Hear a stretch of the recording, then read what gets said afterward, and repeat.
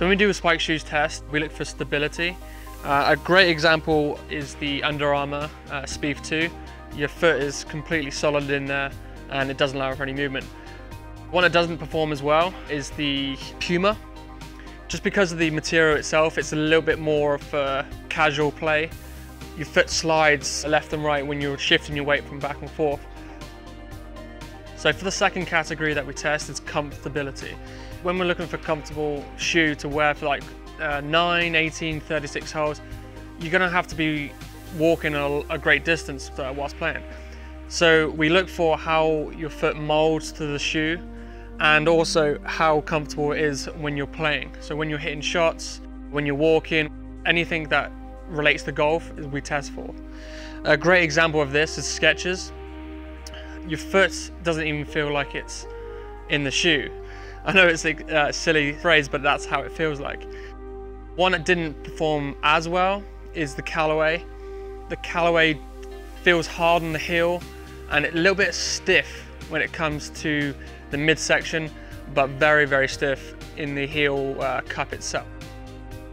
For the third section, we look at elements. If it rains, it gets muddy, the material it's made from, all of those concepts go into these element section. A good shoe for that is the Adidas 360 2.0. The material itself is great leather and there's nowhere that the water can really get in if it is raining on you. Even on the tongue, it's so compact it doesn't seem to get in. An example of one that wouldn't perform as well is the FootJoy Hyperflex. And this Hyperflex, the material itself can attract dirt very easily and tends to discolor when walking in terrible conditions. So the fourth category that we do is style. Everyone loves a good style. When we look for it, we look for what the consumer looks for as a whole. And a great style option is again the Adidas Tour 360 2.0. And this is a great looking shoe, even on the bottom of the shoe as well. An example that doesn't really catch the consumer's eye is this one here. It looks like a soccer shoe from the inside. On the outside, it doesn't look too bad.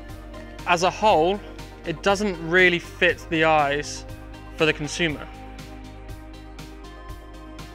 Our final category is traction. Obviously, no one wants to be slipping around when they're playing golf. So for that, you need good traction, especially in all conditions, from dry to sopping wet. A great example of this is the Under Armour Speed 2. As you can see, there's two different types of spikes. You can really feel when you transfer weight that it does hold you in and lock you in throughout your swing.